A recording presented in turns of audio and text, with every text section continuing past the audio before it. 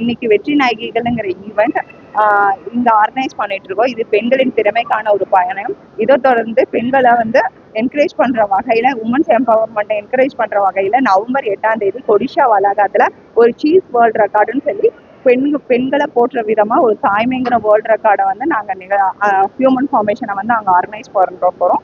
கண்டிப்பா அதுக்கு எல்லாமே சப்போர்ட் பண்ற விதத்துல கலந்துக்கணும். இன்னைக்கு இந்த போஸ்டர் ரிலீஸ் இங்க நடந்திருக்கு.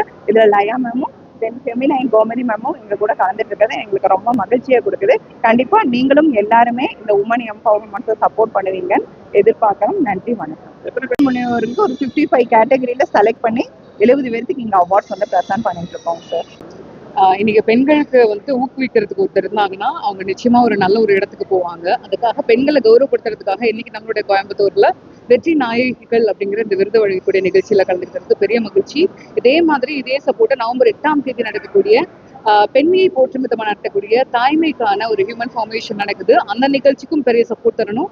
ஒரு ரெக்கார்டுக்காக இந்த ஈவெண்ட் பண்றாங்க. அதுல ஒரு உமன் ஃபார் உமனா நான் இருக்கிறதுல பெரிய சந்தோஷம், மகிழ்ச்சி.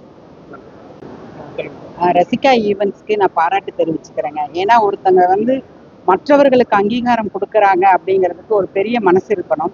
இதயம் ஓப்பன் ஆனால் மட்டும்தான் மற்றவங்களை பாராட்ட முடியும், வாழ்த்துக்கள் சொல்ல முடியும். இந்த ஈவெண்ட் மிகப்பெரிய வெற்றிகரமாக வெற்றி நாயகிகள் அப்படின்னா ஒருத்தி கிடையாது, பல பேர் சேர்ந்தது தான் நாயகிகள். அந்த நாயகிகளோட வெற்றிக்கு நாயகர்களும் துணையாக இருந்தால் தான் அந்த நாயகிகள் உருவாக்க முடியும். ஸோ ஆண்களுக்கும் நாங்கள் நன்றி சொல்லிக்கிறோம்.